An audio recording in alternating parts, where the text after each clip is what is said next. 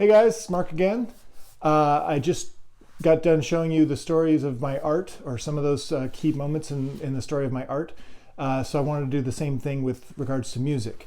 Now, to be completely transparent, I do not consider myself to be good at music. I wouldn't be able to play in a band with anybody, but I have definitely had a lot of opportunity to play music and experience the joy of playing music, both with my friends and by myself, and learning music and learning the creative process of music. And I want to impart that, because that by itself is worth doing. And so if you take it farther, that's awesome, but I don't believe you have to be able to really get a lot out of pursuing music just for the sake of joy. So like a lot of people, I was first exposed to music when I was a kid. I think it was a fifth grade band where we got to choose our instrument. And I remember having a person demonstrate the trombone and kind of like use they made these really cool sounds like, like using the slide trombone. I can't even do it myself. I guess you need the trombone for it. But really made it seem like a very fun instrument, and sounded really good to my ear, and looked like a lot of fun to play. And so the problem was, when I got into the band, the actual band, there's like almost nothing for the trombone to do. We were relegated to dun, dun, dun, dun, dun, dun. That was a solo. That was like the most exciting thing I got to do in band, was that. So very boring. I dropped out within a year. It just wasn't worth pursuing as far as I could tell. So fast forward to junior year, when I get my first guitar. I had a couple of friends that had guitars, and they were having a great time with them, and I thought I'd love to join in. So they showed me a few chords, and I went down to the public library and photocopied a few other songs. I had like a repertoire of about a dozen songs that I could play. Very basic chords, very open chords, if you know what that is in guitar. It was a blast, but I wasn't really, growing very fast. So I thought I'd take a couple of lessons, and the teacher basically was just writing out tablature, or how to read the guitar strings to songs that I felt like I could do that from a book. It didn't feel like I was getting anything from that. So I quickly dropped those lessons, and it's probably safe to say that probably for the next 6 to 8 years, through fits and starts of playing and not playing, that I really didn't, I had a good time, but I wasn't really growing as a musician. During those 6 to 8 years, I was, obviously I was going to, the creative circus. I was doing lots of things, but musically, one of the things that was happening was that technology was kind of catching up in terms of the affordability of software programs and drum machines that could allow people by themselves to be able to play music with, something to back them up and make it easier to learn. And so I was really, kind of picking up things here and there. And so by the time I was done with my first advertising job, I was moving back from Dallas to Seattle.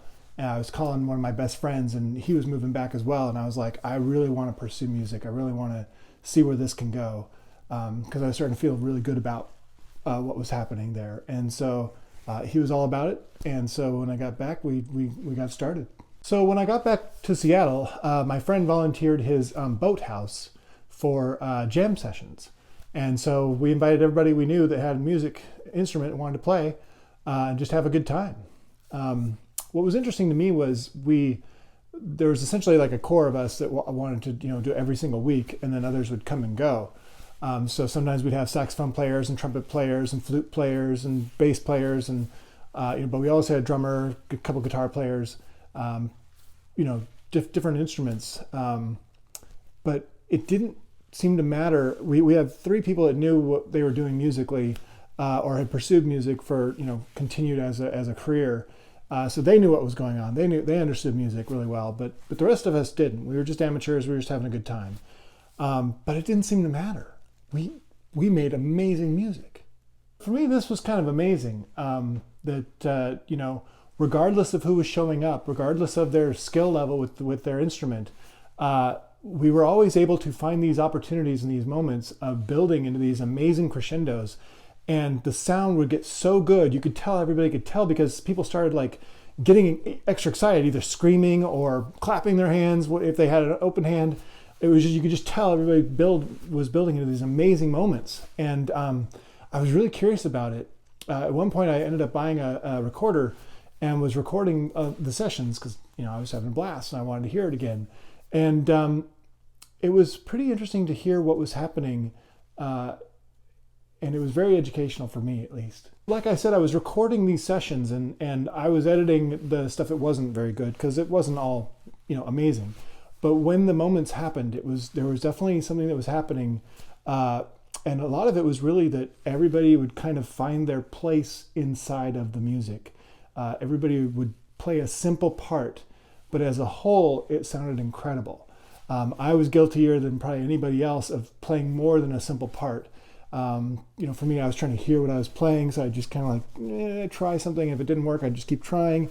But when I calmed down and when I just kind of listened to what was happening around me and contributed to what was happening around me, the music would just take over for itself. And it was kind of like this intuitive energy connection experience that I'll never forget. I learned a lot from the boathouse jams, and I'll never forget how incredible those opportunities were to be with my friends playing music together and really being a part of something special. And that's kind of, I think, the lesson that was learned there was really all about listening and kind of the humility of being a part of something as opposed to trying to lead something or trying to worry about whether or not you're good enough or any of those things. It was really more about just being a part of something and listening and knowing how to contribute. And I think that you can kind of sense that synchronistic kind of event happen in all sorts of places where all of a sudden people just start to each kind of ping pongs off of each other and the whole becomes greater than the sum of its parts, essentially. So this next part of my story is almost completely irrelevant, but it's kind of geeky. It's kind of interesting to me. I thought I'd share. Basically, I got to learn how to hear harmony and music theory directly, because I had a teacher who basically would have us play a drone, which is just a sound that never stops making the same tone, and then us singing against that tone. So as we raise our voice, you can hear when the note is actually starts to find that relationship that's harmonized with that original drone note. And you can hear when it's not, really sounds really dissonant. So you can actually hear the theory as you do that with the drone. Again, not relevant, super geeky, thought I'd share. One of the other things I learned during the boathouse jams was one of my friends was a professional musician and knew his stuff backwards and forwards. And he was giving advice, and he was mentioning the idea that when everybody in the band understands not only their own role, but the roles of everybody around them, then they can really start to kick ass. That was a quote. So I started to take that to heart and started to learn other instruments, including the bass and a little bit of piano.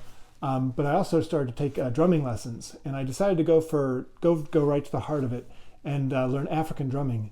So I bought a djembe and started taking group lessons in Fremont, and that was another one of those life-changing moments. Taking those drum lessons was a really great idea. It really exposed me to rhythm in all sorts of facets. I ended up going to rhythm festivals, I did drum circles, learned how to dance, learned how to move out of rhythm, which made it easier to understand and feel how to be in rhythm. And also, I think the biggest thing I took away was the idea of understanding what the pulse is. It's usually the beats per minute of the song, but it can also be your heart. But it's basically just a driving force that everything else revolves around and relates to. So you just need one drum. If you know what the pulse is, then the rhythm can play off of that, and now you've got music. It can be one drum, it can be two, or it can be an entire orchestra. But it's all really revolving around that center pulse. And when I came back to guitar, what was a weakness now was a strength. I was really rhythmically strong and have African drumming to thank for that. So the next thing that in my music story was really coming across these two pieces of technology that changed my trajectory. The first one being what's called the boomerang. And the boomerang was basically a piece of hardware that could allow you to loop music over and over again. So, and what was cool about it was it's foot pedal based music. So you could just step on it, play a little rhythm, step on it again, and now it'll loop. And then you could step on it and add layers over time. And what was cool about the boomerang was that it was 2 minutes long, so you could really put in full chord progressions or songs, and then you could spend hours playing over those chord progressions or building on those. And it was a blast, and it definitely gave me confidence that I could pursue music even further. The second piece of technology was called the Guitar Pod.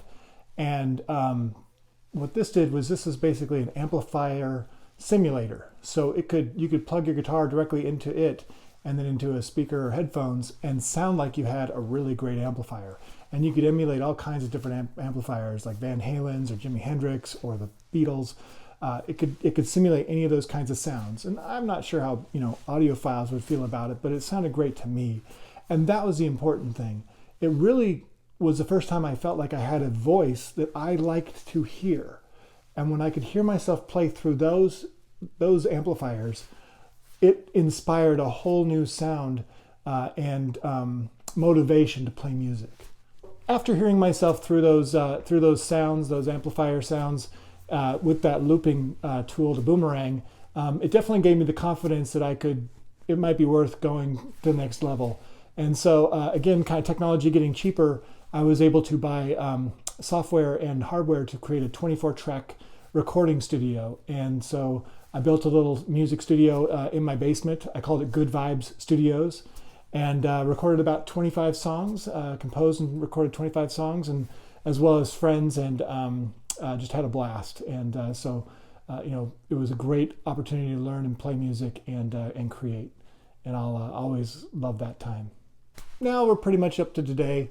I've learned a lot about music. I love music. I've played music, and I still continue to do so. But about 2 years ago, I decided that I really never learned how to read music, and that was always intimidating to me. I've tried a couple of times, and it just never stuck. And so I decided to give it one more try.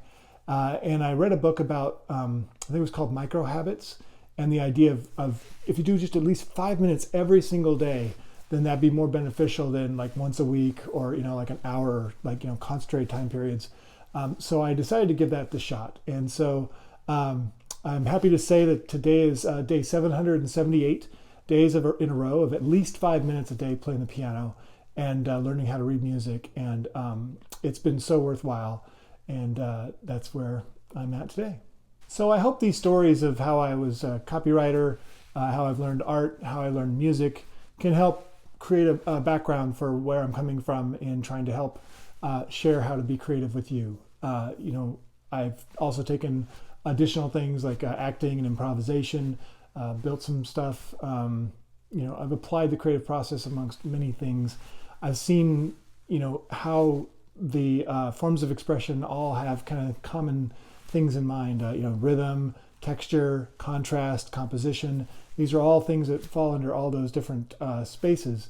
And so by doing all those things, I've been able to see them from those different perspectives. And really, that's what I really hope to share with you is that, as well as just the creative process in general. So stay tuned.